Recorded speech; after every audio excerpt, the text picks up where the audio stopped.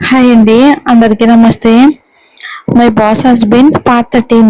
ఆమె చేతిని తన గుండె మీద నుంచి తీసి తన చేతితో పట్టుకుని నడిచాడు. కెవిన్ పరిగెత్తుకుంటూ వెళ్లి కారు తలుపు తెరిచాడు. ఇక వెంటనే ఇద్దరు లోపల కూర్చున్నారు. అక్కడి నుంచి కెవిన్ వారిని ఒక విశాలమైన మైదానానికి తీసుకెళ్లాడు. ఎదురుగా నల్ల రంగులో ఉన్న ఒక హెలికాప్టర్ కనిపించింది.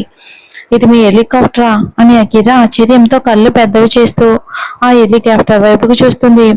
ఆమె ఎన్నోసార్లు హెలికాప్టర్ చిత్రాలు గీసింది.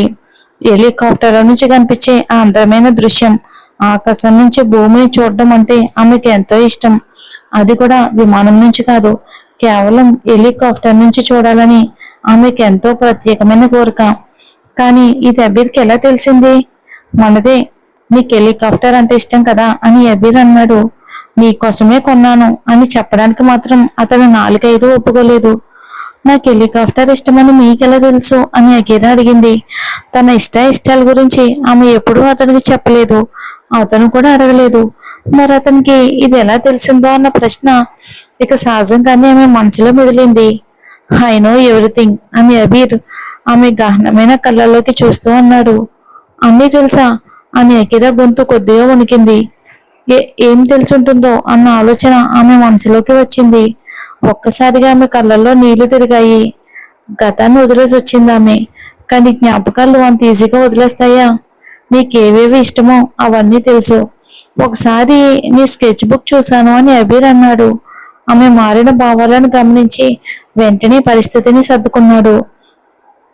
మరి అకీరా గతం ఏంటో మనం తెలుసుకుందాం తర్వాత.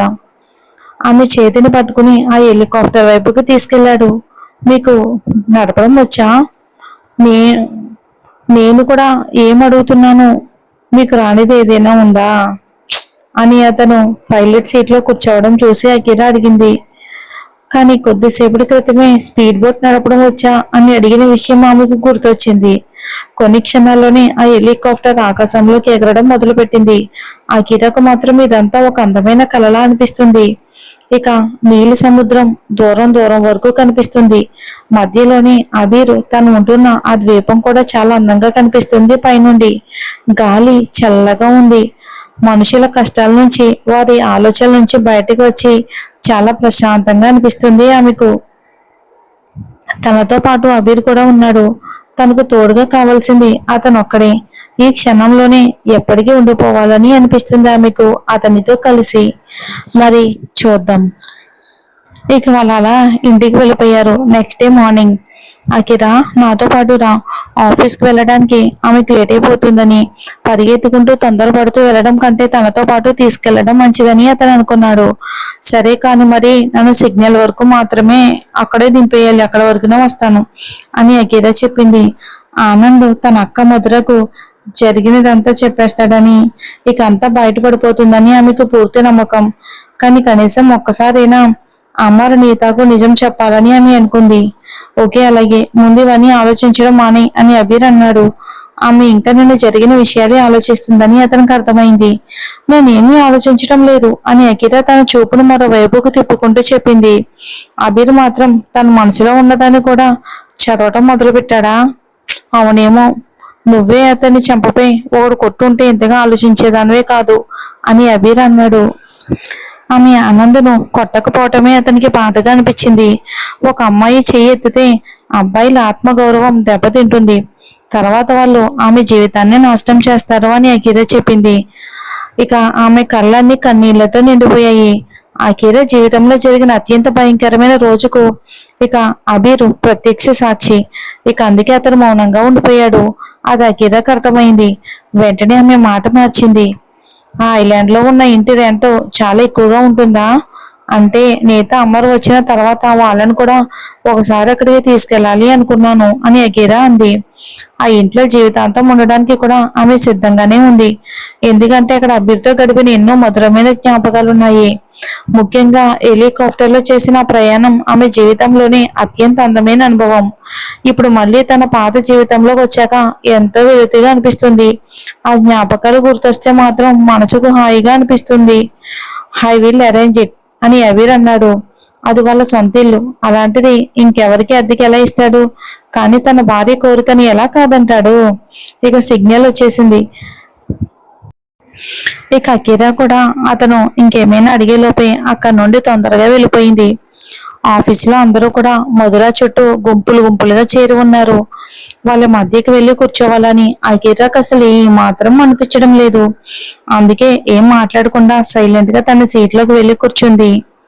చూడండి, మన సహోద్యోగి ఒకడు కోమాలో ఉన్నాడు, కానీ దీనికి మాత్రం ఏ మాత్రం తేడానే లేదు అసలు. "హ్మ్, పాపం ఆమె కోసం ప్రాణాలు పెడతాడు, కానీ దీనిని చూడండి" అని మనిషా అకిరా తన సీట్లో కూర్చోవడం చూసి వెటకారంగా అంది.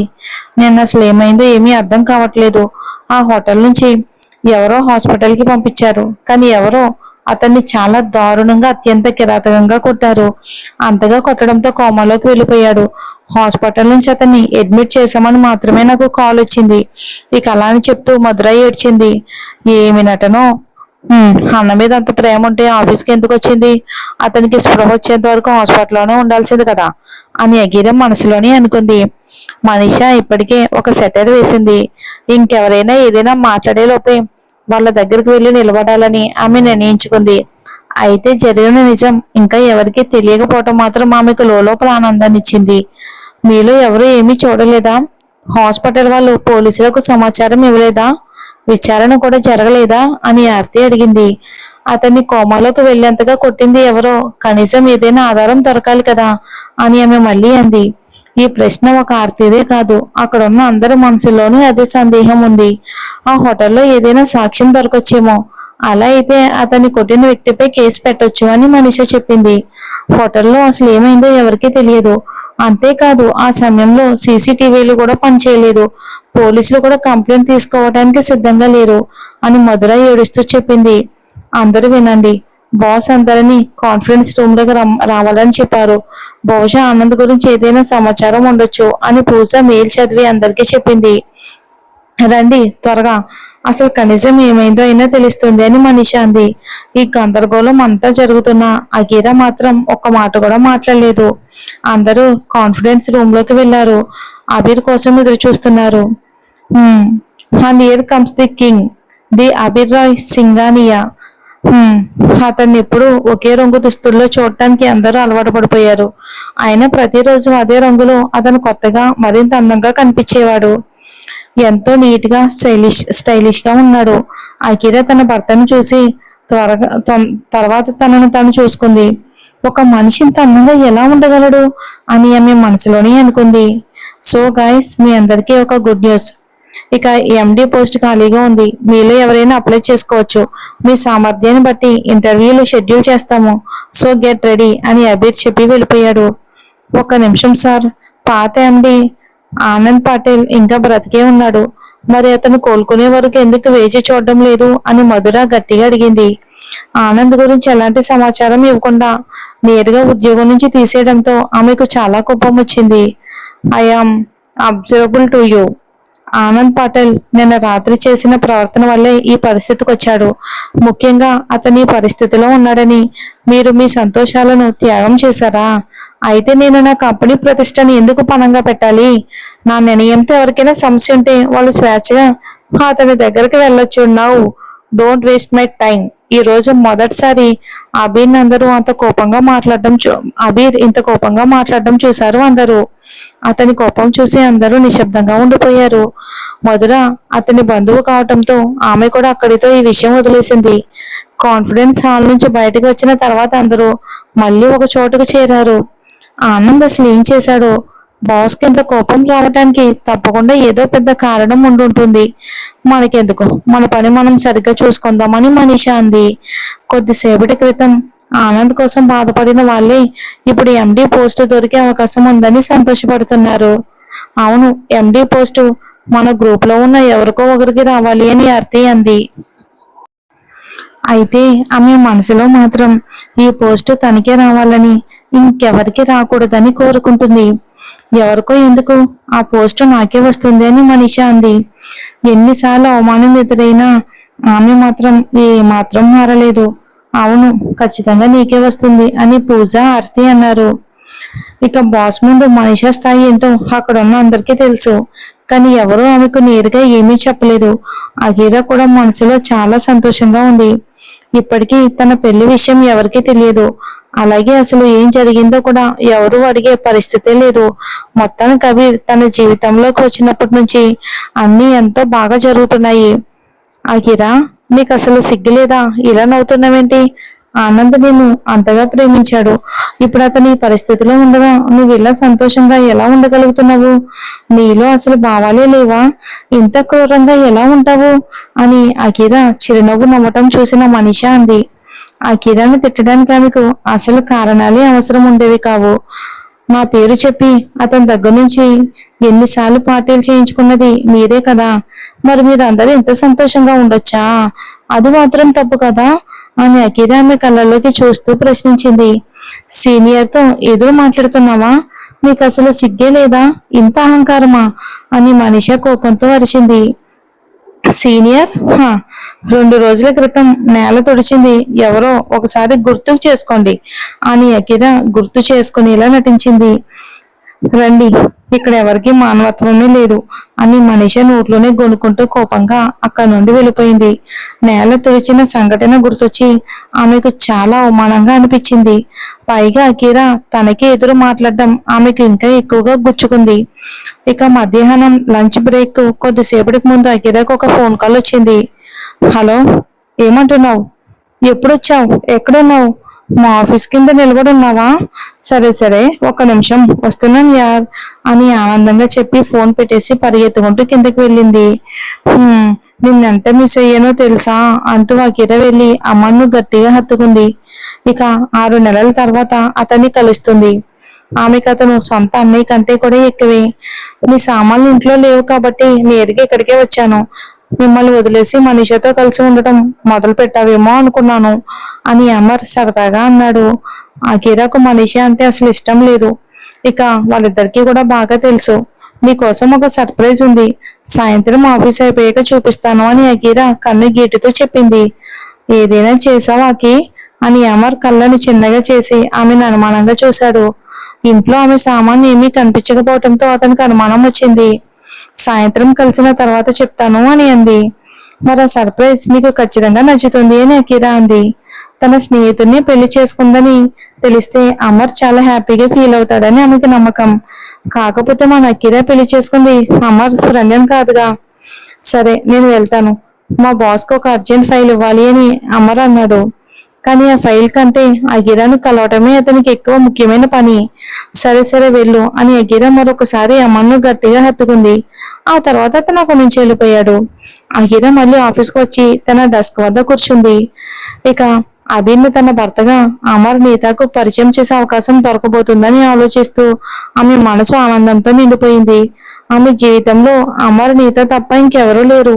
అందుకే తన జీవితంలో కొత్తగా వచ్చిన ఈ సంతోషాన్ని కూడా వాళ్ళిద్దరితోనే పంచుకోవాలనుకుంది. ఇక లంచ్ బ్రేక్ మొదలవగానే అబీర్ నుంచి మెసేజ్ వచ్చింది, కంఫర్ట్ లంచ్. అకీరా మరొకరు కౌగిట్లో ఉండటం చూసినప్పటి నుంచి అతను చాలా కోపంతో రగిలిపోతున్నాడు. రోడ్డు మీద అందరి ముందు ఇంకొకరిని హత్తుకుంటుంది. కానీ తను ఆమె భర్త అయినా నలుగురు ముందు తనను పరిచయం చేయడానికి మాత్రం భయపడుతుంది. ఆమె మనసులో అసలు ఏముందో అతనికి అర్థం కాలేదు. ఓకే అని అకీరా రిప్లై ఇచ్చి ఎవరూ గమనించడం లేదని చూసుకుని హోటల్ వైపుకి వెళ్ళింది. అబీర్ మనసులో ఎలాంటి తుఫాను నడుస్తుందో ఆమెకేం మాత్రం తెలియదు. ఆమె గది తలుపు దాటి లోపలికి అడుగు పెట్టగానే హువాషి అని అబీర్ చల్లని గొంతుతో అడిగాడు. ఎవరు అని అకీరా ఆశ్చర్యంగా చూసింది. అతను ఎవరి గురించి మాట్లాడుతున్నాడో ఆమెకు అర్థం కాలేదు. That person out side our office. Abir గొంతు మరింత గంభీరంగా మారింది. ఒకే విషయం అతని మనసును మళ్ళీ మళ్ళీ మండిస్తుంది. తనతో బయటికి రావడానికి భయపడే ఆమె ఆ వ్యక్తిని మాత్రం అంత ప్రేమగా ఎలా హత్తుకుంది? అది ఒక సర్ప్రైజ్ అని అకీరా నవ్వుతూ చెప్పింది. అమర్ వచ్చాడనే విషయాన్ని అబీర్ కు సర్ప్రైజ్ గా చెప్పి ఇద్దరిని నేరుగా కలిపి ఆశ్చర్యపరచాలని ఆమె అనుకుంది. Answer me Akira, don't test my patience. Abir గొంతులో స్పష్టమైన కోపం వినిపించింది. వెంటనే లేచి టేబుల్పై గట్టిగా పిడికిలి బాదాడు. అతను తనను అమ్మను హత్తుకోవడం చూసుంటే తన సొంత స్నేహితుడి ముఖం కూడా గుర్తుపట్టలేదా? ఆ ఆలోచన ఒక్కసారిగా అకీరా మనసులో మెదిలింది. నీకు నిజంగానే అతను ఎవరో తెలియదా అని అకీరా అడిగింది. ఆమె కళ్ళల్లో కన్నీళ్లు నిండిపోయాయి. ఇప్పుడు ఆమెకు నిజమైన సమాధానం కావాలి. అకిరా, ముందు నువ్వు నా ప్రశ్నకు సమాధానం చెప్పు అని అబీర్ ఆమెపై గట్టిగా అరిచాడు. నీకు అమర్ గుర్తుకు లేడా అని అకిరా వణుకుతున్న గొంతుతో అడిగింది. ఆ ఒక్క మాటతో అబీర్ గుండె ఒక్కసారిగా ఆగిపోయినట్టయింది. అమర్ వచ్చినప్పుడు అతన్ని కలిసి నిజం మొత్తం చెప్పాలి అని అతను అనుకున్నాడు. కానీ అమర్ ఇంత తొందరగా వస్తాడని మాత్రం అతడు అసలు ఊహించలేదు. అకిరా, సారీ, ప్లీజ్ నా మాట విను అని అబీర్ తొందరగానే అన్నాడు. తన తప్పు అతనికి అర్థమైంది. కానీ కెవిన్ చూపించిన ఫోటోలో ఉన్న వ్యక్తి అమర్ మాత్రం కాదని ఇప్పుడు స్పష్టమైంది. అంటే కెవిన్ అతనికి వేరే ఎవరో వ్యక్తి ఫోటో చూపించినట్టే. మీరు మీరు అసలు ఎవరు? ఈ ఒక్క క్షణంలో మీరు నాకు పూర్తిగా అపరిచితుల్లా అనిపిస్తున్నారు అని అకిరా అంది. ఆమె కళ్ళ నుంచి ధారాపాతంగా కన్నీళ్లు జారుతున్నాయి. ఆమెకేమీ అర్థం కావట్లేదు. అకిరా, అమర్కు నేను స్నేహితుడన్న విషయం తప్ప నేను నీతో ఇంకేమీ అబద్ధం చెప్పలేదు. ప్లీజ్ అర్థం చేసుకునే ప్రయత్నం చెయ్యని అబీర్ ఆమె కళ్ళల్లోకి చూస్తూ చెప్పడానికి ప్రయత్నించాడు. ఎందుకు ఎందుకు అందరూ నాతోనే ఎందుకు అబద్ధాలు చెప్తారు? నిజం వినే అర్హత నాకు లేదా? మీరు మీరు ఎందుకు అబద్ధం చెప్పారు? ఎన్నిసార్లు మీ ముందు అమర్ గురించి మాట్లాడ్డాను. అప్పుడైనా నాకు నిజం చెప్పాలి అనిపించలేదా? ఎందుకు ఇలా చేశారు అమీర్? ఎందుకు ఇలా చేశారు అంటూ ఆ కీరా బిగ్గరగా ఏడ్చింది. మరోసారి ఆమె నమ్మకం ముక్కలైంది. ఇక బ్లైండ్ డేట్ అని ఆమె ఒప్పుకుంది. కానీ అబద్ధం చెప్పడం కంటే నిజాన్ని తన నుంచి దాచిపెట్టాడన్న విషయం ఆమెకు అస్సలు జీర్ణించుకోలేకపోతుంది. ఆ కిరా, నేను అన్ని సరిచేస్తాను, జరిగిందంతా నిజంగా చెప్తాను, ప్లీజ్ శాంతించు, ఒకసారి నా మాట విను అని అబీర్ దాదాపు వేడుకుంటూ అన్నాడు. డోంట్ అంటూ అకిరా తన చేతిని అతని చేతిలో నుంచి విడిపించుకుని గది నుంచి బయటకు వెళ్ళిపోయింది. అకిరా, సారీ, ఒకసారి నా మాట విను, ప్లీజ్ ప్లీజ్ అకిరా, ఆగు అంటూ అబీర్ ఆమె వెనకాలే పరిగెత్తాడు. నా ముఖం మీదే అబద్ధం చెప్పారు మీరు, నేను మాత్రం అమాయకంగా దాన్నే నిజమని నమ్మాను అని అకిరా ఏడుస్తూ ఉంది. ఆమెకు ఆ బాధ భరించలేనిదిగా మారింది. అకిరా, ప్లీజ్ ఆగు అని అబీర్ మళ్ళీ ఆమెను ఆపడానికి ప్రయత్నించాడు. నాకు ఎలాంటి తమాషా వద్దు కాబట్టి ప్లీజ్ నా వెంట రావద్దు అని అకిరా అంది. ఆమెకి ఏం చేయాలో అసలు ఏం ఆలోచించాలో కూడా అర్థం కావట్లేదు. ఇప్పటి వరకు తన జీవితంలో ఎదురైనవన్నీ కూడా నమ్మక ద్రోహాలే. అకిరా అని అంటూ అబీర్ దూరంగా వెళ్ళిపోతున్న ఆమె వెనుక చూపుని నిస్సహాయంగా చూస్తూ నిలబడ్డాడు. అకిరా వెళ్ళిపోతూ ఉంది. కానీ అబీర్ ఆమెను అలా వెళ్ళనివ్వటం అస్సలు సాధ్యపడలేదు. అతను మళ్ళీ ఆమె వెనకాలే నడిచాడు. అకిరా, ప్లీజ్ ఆగు, ఒకసారి నా మాట విను అని అబీర్ ఆమెకు ఎదురుగా వెనక్కి నడుస్తూ అన్నాడు. నేను ఆఫీస్కి వెళ్తున్నాను, ప్లీజ్ నా వెంట రావద్దు. నాకు నలుగురు మధ్య తమాషా చేయటం ఇష్టం లేదు. నేను అబద్ధం కూడా చెప్పడం లేదు. నిజంగానే ఆఫీస్కి వెళ్తున్నాను, సో ప్లీజ్ అని అకిరా అతని వైపు కూడా చూడకుండా చెప్పింది. ఆమె కళ్ళ నుంచి కన్నీళ్ళు ఆగకుండా జారుతున్నాయి. కాళ్ళు కూడా వణుకుతున్నాయి. ఇన్ని రోజులు తనతో ఉన్న మనిషి తనకు పూర్తిగా తెలియని వ్యక్తి అయిన భావన ఆమెను లోపల నుంచి విరగ్గొడుతుంది. ఏదేమైనా తను ఒక అపరిచితున్నే పెళ్లి చేసుకోబోయిందని ముందే తెలుసు. కానీ ఇన్ని అవకాశాలు వచ్చినా అబీర్ నిజం చెప్పకపోవటమే ఆమెకు తట్టుకోలేని విషయం. అది ఆమెకు మోసంగా అనిపించింది. అకిరా, ఇంటికి వస్తావు కదా అని అబీర్ అడిగాడు. ఆమె అసలు ఇంటికి వస్తుందో లేదో అన్న సందేహం కూడా అతన్ని వెంటాడుతుంది. ఇక అగిరా కోపంగా అతని వైపుకు చూసి సైడ్ అని అంది. ఇప్పుడు ఆమెను వెళ్ళనివ్వటం తప్ప అతని చేతిలో మరో మార్గం లేదు. యు కమ్ ఇన్ సైడ్ అని అబీర్ కోపంగా అన్నాడు. అకిరాను ఆపడానికి ప్రయత్నించడం ఇప్పుడు వ్యర్థమని అతనికి బాగా అర్థమైంది. ఆమెకు కొంత సమయం ఇవ్వటం తప్పనిసరి అని అనుకున్నాడు. ఇక ఆఫీస్లో మై కమిన్ అని కెవిన్ భయపడుతూ అడిగాడు. ఎందుకంటే అకిరా అందరి ముందే కోపంగా వెళ్ళిపోవడం అతను చూశాడు. ఈ లోపు షీలా ఆల్ ది బెస్ట్ అని అతని వైపుకి చూసి చెప్పింది. కెవిన్ భయపడుతూనే లోపలికి అడుగు పెట్టాడు. నా పని అంతేనని. హూ ఇస్ దిస్ అంటూ అబీర్ తన ఫోన్ దాదాపు అతని చేతిలోకి విసిరేశాడు. అమర్ సావంత్ అని కెవిన్ అబీర్ కోపాన్ని చూసి వణుకుతూ సమాధానం చెప్పాడు. అయితే మా ఆఫీస్ బయట నా భార్యను హత్తుకున్న వ్యక్తి ఎవరు అని అబీర్ ఆగ్రహంతో అరిచాడు. ఐ డోంట్ నో అని కెవిన్ భయంతో చెప్పాడు. అబీర్ కోపం అతనికి కొత్త ఏం కాదు, కానీ ఈసారి ఎందుకు ఇంత కోపంగా ఉన్నాడో మాత్రం అతనికి అర్థం కాలేదు. ఏమైంది బాస్ అని అడగడమే పెద్ద తప్పు అన్నట్టుగా అనిపించింది. ఇక్కడి నుంచి వెళ్ళిపో, ఇక మళ్ళీ నీ ముఖం నాకు ఎప్పుడు చూపించొద్దు అంటూ అబీర్ అతనిపై చాలా గట్టిగా కోపంగా అరిచాడు. అకీరా ఇంటికి తిరిగి రావాలని అతను మనస్ఫూర్తిగా ప్రార్థిస్తున్నాడు. ఆమె లేక ఒక క్షణం కూడా అతనికి గడవడం లేదు. అమర్ భారత్ కి తిరిగి వచ్చిన తర్వాత అతనికి జరిగిందంతా వివరంగా చెప్పాలని అబీర్ అనుకున్నాడు. కానీ జరిగిందంతా పూర్తిగా తారుమారయింది. కెవిన్ ఎక్కడో వేరే అమ్మని వెతికి చూపించాడు. ఇప్పుడు అబీర్ కు తనపై తానే తీవ్ర కోపం వస్తుంది. అకిరా హోటల్ నుంచి నేరుగా బాత్రూమ్ లోకి వెళ్ళింది. ఎంత ఏడ్చిందో, కళ్ళన్నీ కూడా చాలా ఎర్రగా మారిపోయాయి. మొహం కూడా అలానే అయిపోయింది. నిజం చెప్పి నమ్మకం పొందడం ఇంత దాచిపెట్టడం కంటే ఎంత ఈజీయో, కానీ కాదు, నిజాన్ని దాచిపెట్టడమే అందరికీ ఈజీగా అనిపించింది. ముఖంపై నీళ్లు చల్లుకుని తన డస్క్ దగ్గరకు వచ్చి నిశ్శబ్దంగా కూర్చుంది. అకిరా ఏడుస్తుందా అని పూజ ఆర్తిని అడిగింది. ఎవరైనా ఏడిస్తే ఎంత ఆనందమో జనాలకి. చూద్దాం మరి ఏం జరుగుతుందో వచ్చే ఎపిసోడ్లో. Thanks for watching.